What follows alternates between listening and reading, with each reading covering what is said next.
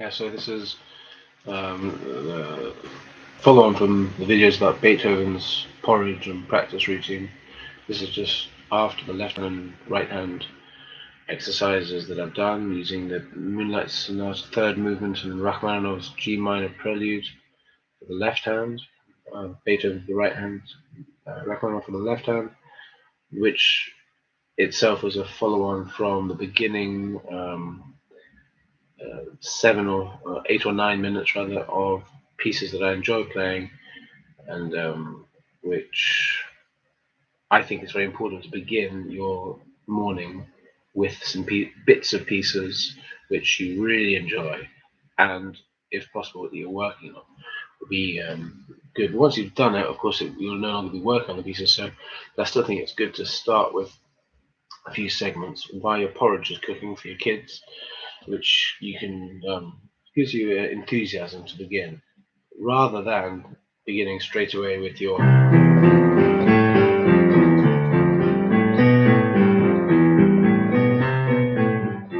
and finger exercises. I say don't do the hand and finger exercises. Well, do if you're just beginning the piano, but after that, don't begin with them, but begin with some pieces you like playing. Then move on to doing things with just left hand and right hand. That will strengthen your left hand. And the right hand is therefore, if you injure your left hand, then you've got something you can play with just your right hand. Of course, if you injure your right hand, then you've got something you can always go with your left hand. For me, it's the Rachmaninoff with the left hand, and then the Beethoven with the right hand. The Beethoven would not be for strengthening the right hand because the right hand is already strong. But it's for in case the left hand gets injured. And whereas the left hand is not only for when the right hand is injured, and it's something to play with the left hand, but also it's important for strengthening that left hand because the left hand is obviously weaker. Um, so anyway, this is now having done those two things, opening bits and pieces that I've cobbled together in a loop form while the porridge is on. And also done the left hand and right hand pieces. Then is the first easy 8 pieces. So I'll see if I can get them right. Probably won't, but here we go.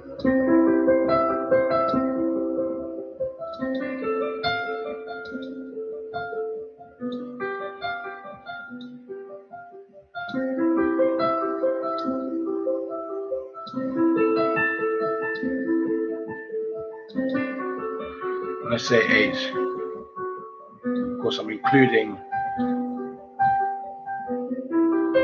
the fugue. It's not really its own piece, but anyway.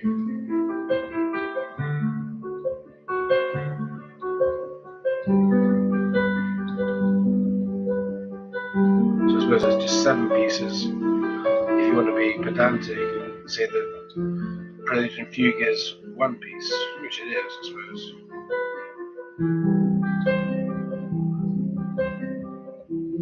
Fugue of this piece is so much more difficult than the prelude.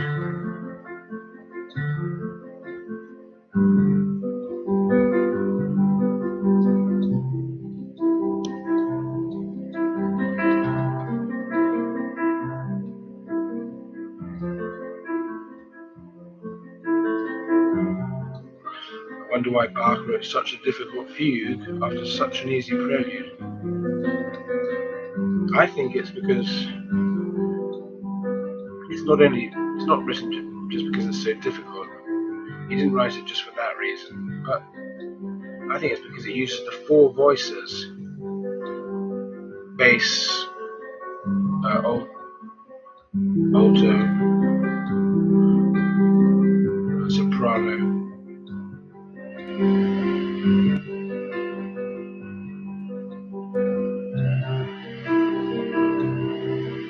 tenor.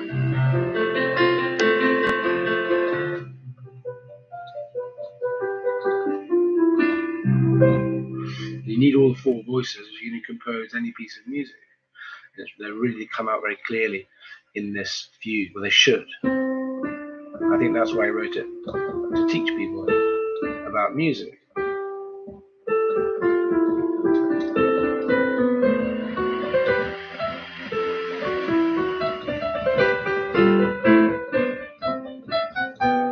Gulda does my favorite version of the fugue. Very good.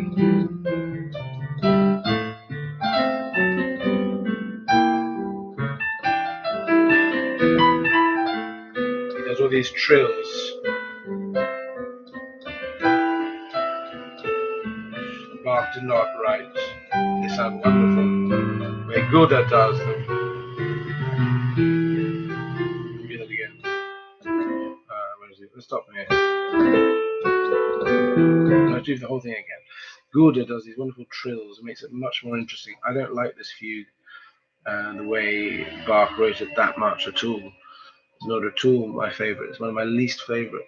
Not my least favorite, but one of my least favorite fugues. But the way Friedrich Gulda plays it is beautiful. He gets such a good sound. I don't know what kind of piano he uses. It's amazing. And he adds these trills, which make this really otherwise rather flat fugue much more, much prettier and much more interesting. I've never come across a better version of the 8-4-6 fugue than Gulda does. It's the reason that I learned it. I wouldn't have considered learning this if I hadn't heard such a good version from Gulda. Okay, here we go. And the next fugue in the Well-Tempered Clavier number 1 is much better, which is the C minor fugue. It's a million times better than this fugue. But anyway, having been inspired by Gulda, I will try to include some of his trills as well. I can't get the sound he can. Don't know what piano he uses. Yeah, something like that.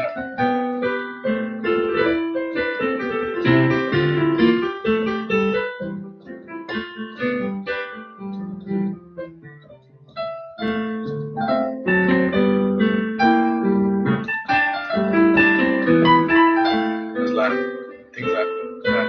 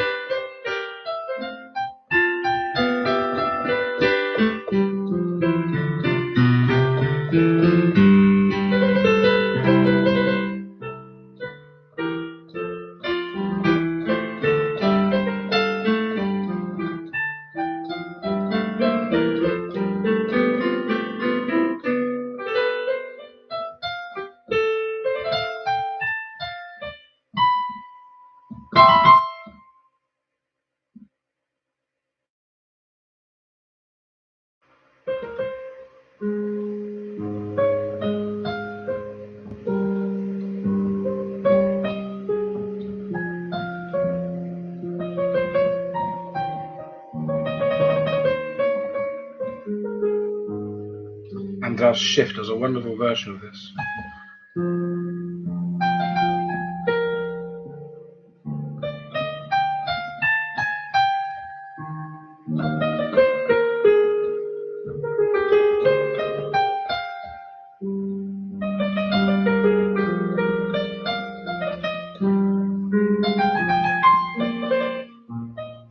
Again, I don't know how he gets the piano sound he does. It's amazing.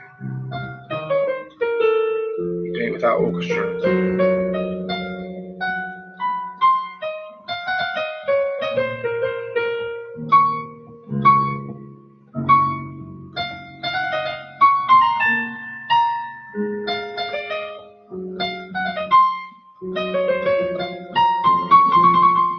I've forgotten what it is.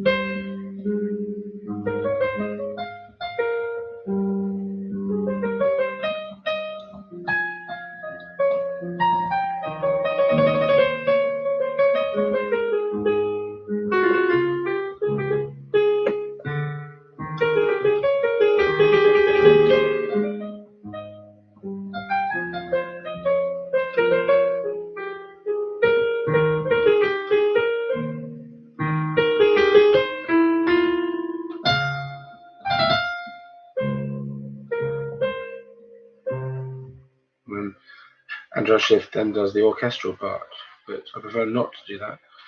Just play it like Tiffany Poon plays it, just without the orchestra.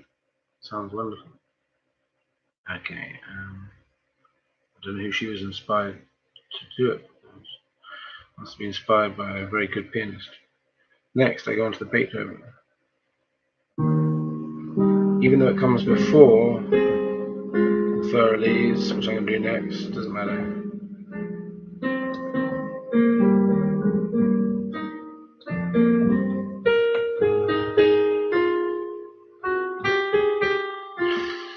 As Tiffany Poon says, it's important to have a piece end in a minor or major, and then the next piece will begin in the opposite, major or minor. Minor if it ended in major, and minor and a major if it ended in minor. And I also think that's very important. So that's why I'm trying to. That's why another reason why I begin with this. In fact, that is the reason why I begin with this wonderful E flat major clavier bagatelle of Beethoven, because the last piece was the Bach in F minor. So now we need to do something major. So that's why this. And then rather than Für Elise, which is in A minor, I wouldn't want to begin, having done the F minor Bach, I would not want to begin with A minor Beethoven. Wouldn't want to begin in a minor mode. Okay, so we have the major mode.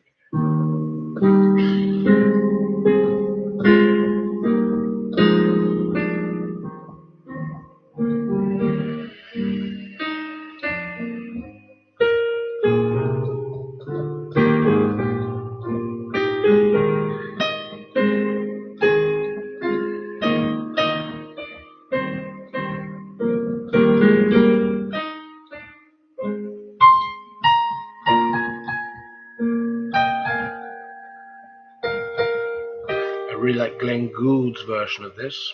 I don't like Glenn Gould much, except I quite like some of his Beethoven. I don't like his Bach. Much prefer Gould's, but Gould has a great version of this on YouTube. This is what inspired me to learn this.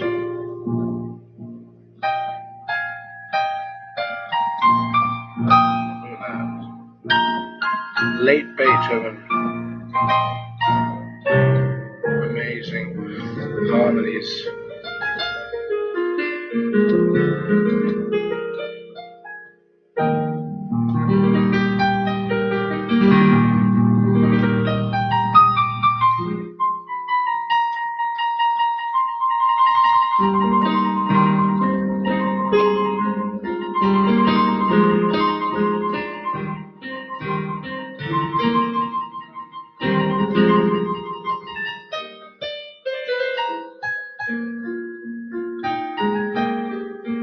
I haven't practiced this. I don't know how.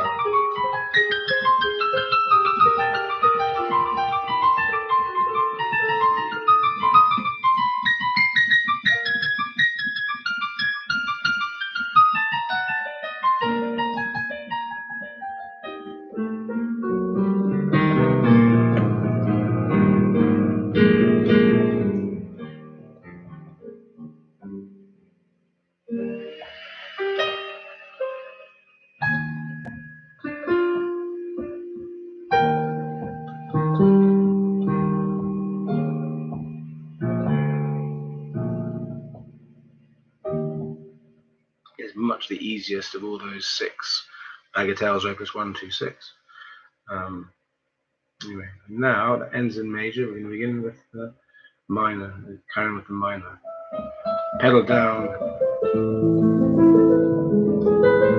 soft pedal down.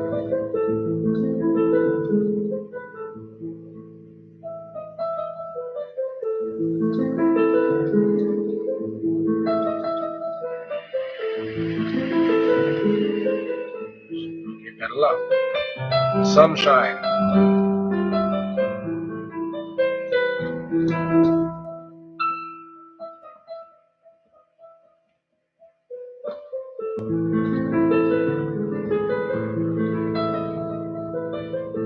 A bit brighter this time.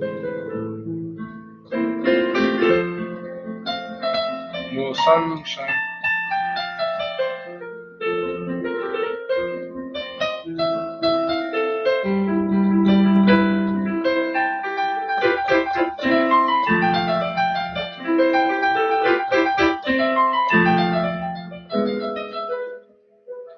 Soft pedaling, soft pedal again.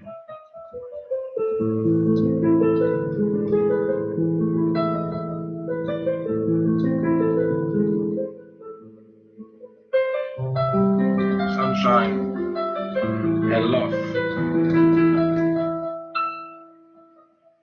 pedal back on again.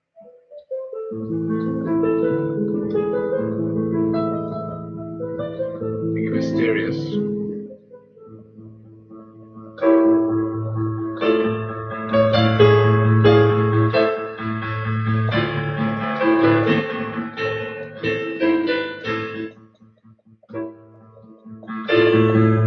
Pedal on.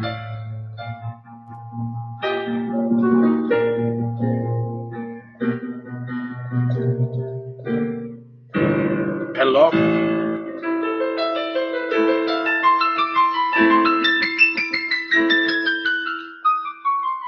Pedal back on. When I say pedal, I mean soft pedal.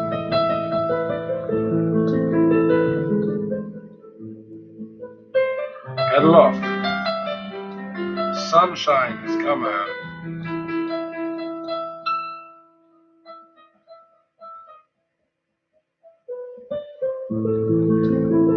Pedal on. Mysterious.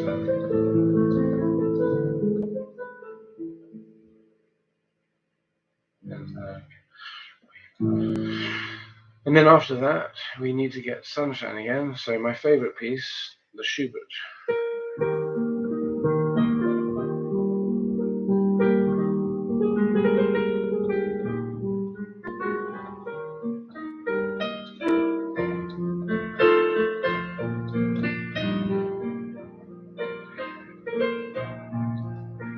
And now pedal on. I mean soft pedal, yeah.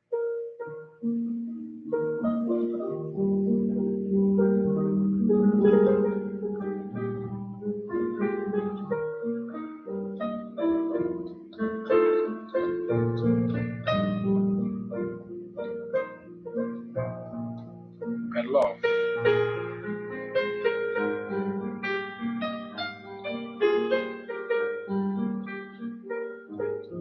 Pedal on.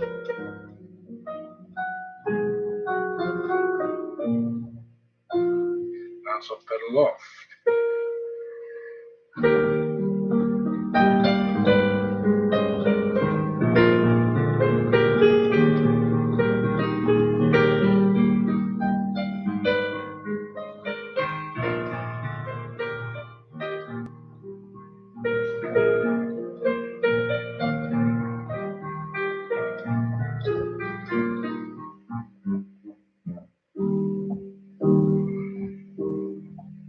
Katsaris does the best of all versions of this piece live.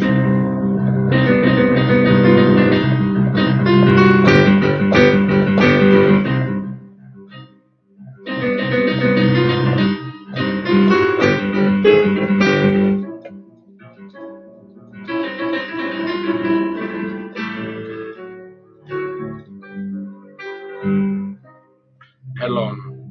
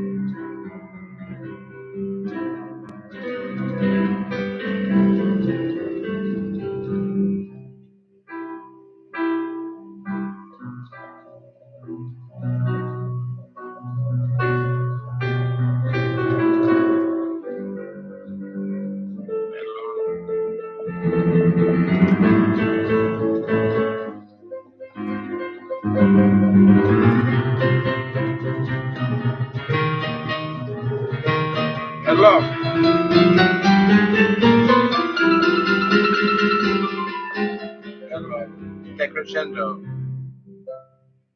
Schubert writes.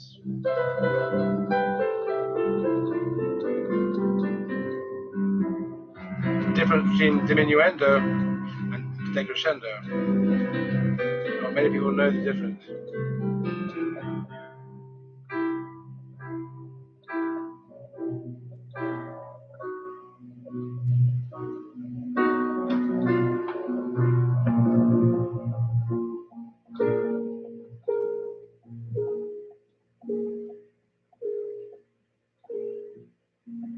And sunshine.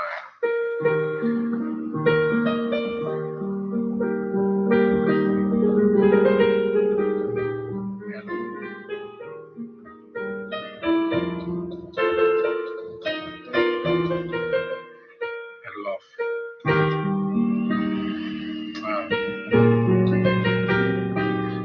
Can't talk and play at the same time. But basically, this is sunshine, so soft pedal off. Do it again.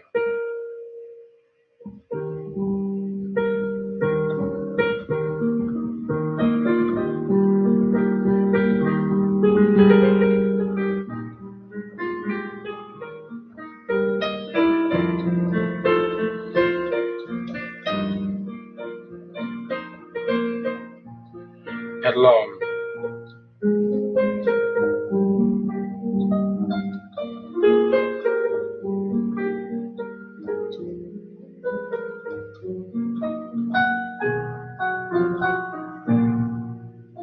Pedal off.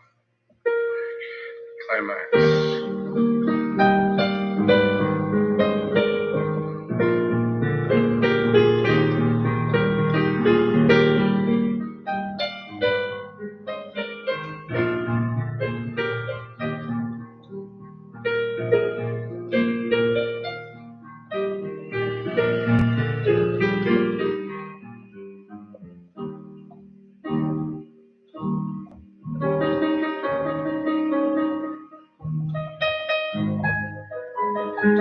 Another world.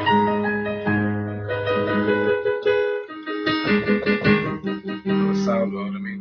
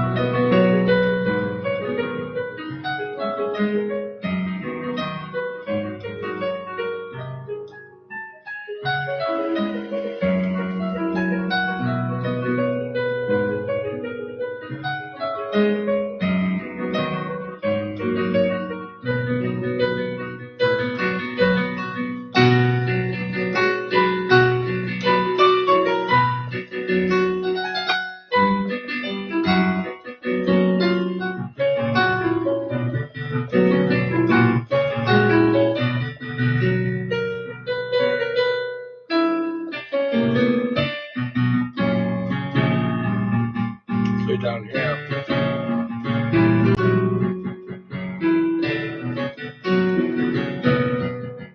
Even more slowing down.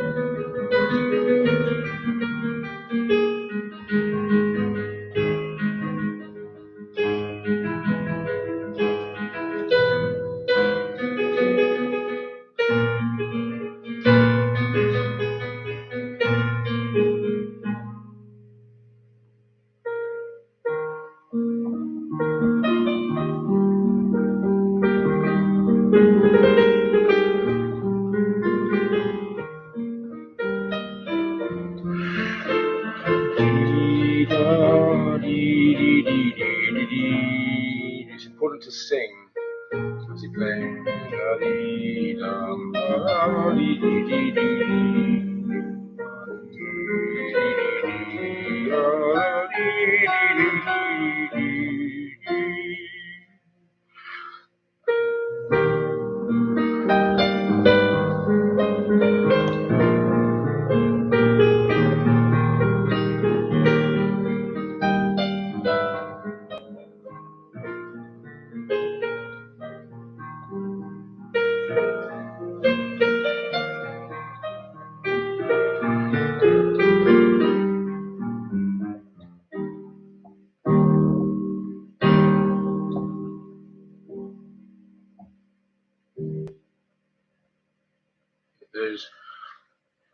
There's 4, make the last 2 much softer. Okay, now that ended in major, why not begin in minor? So Katsaris, that's Cyprian Katsaris, I think his name is, has the best version of that Schubert. Horowitz has the best version, I think, of this.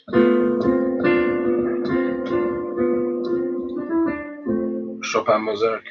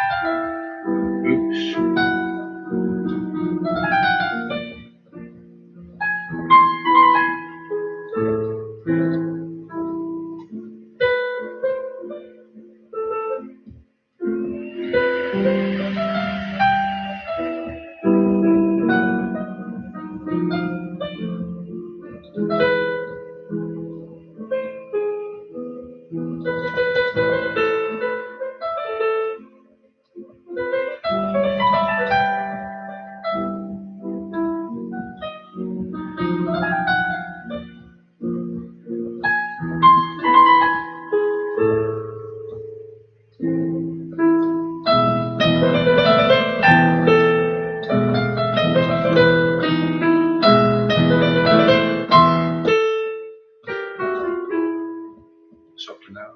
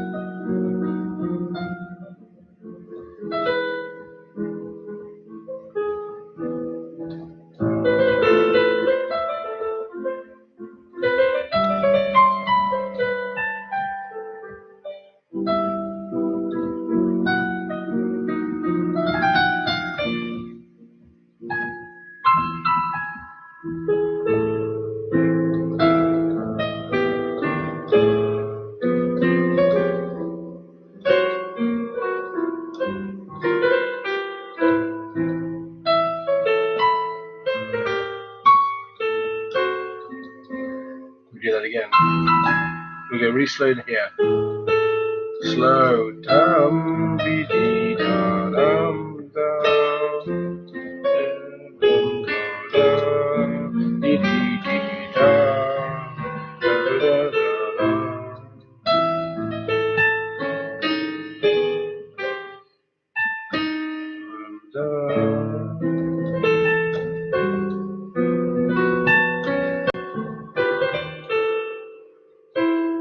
Do that all again. You do slowly, really slowly.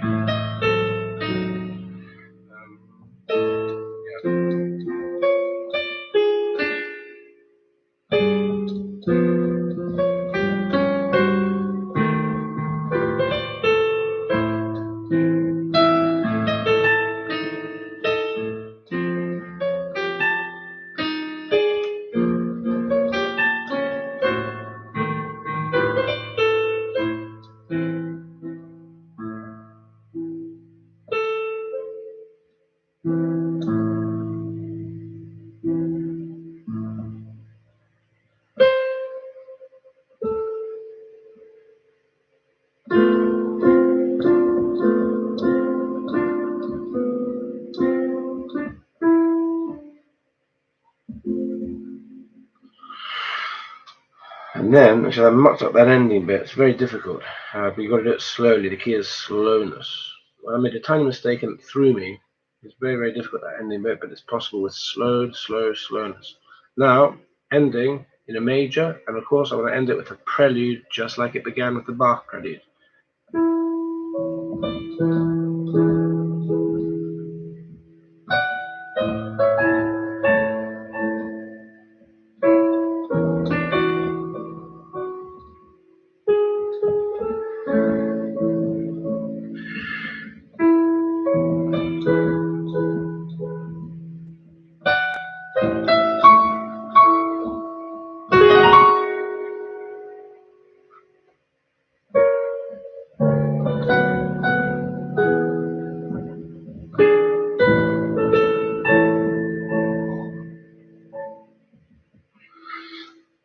Yeah, so you can do that ending with the arpeggio, or just the normal one Chopin wrote. And there we go. So those are the 8 easy pieces, or 7 pieces really, but 8 if you call the fugue a separate piece. And then that leaves you free for the afternoon to do another 8 or so, 5, 6, 7, 8 pieces, or 10 pieces, or whatever you do. But I think it's important to start with an easy lot, and then I think it was Horowitz who said that he thought most people were best in the afternoon for playing the piano. So it's a good way to warm up and get yourself ready for your afternoon lot of however many you decide. So hopefully this has been instructive and helpful for you.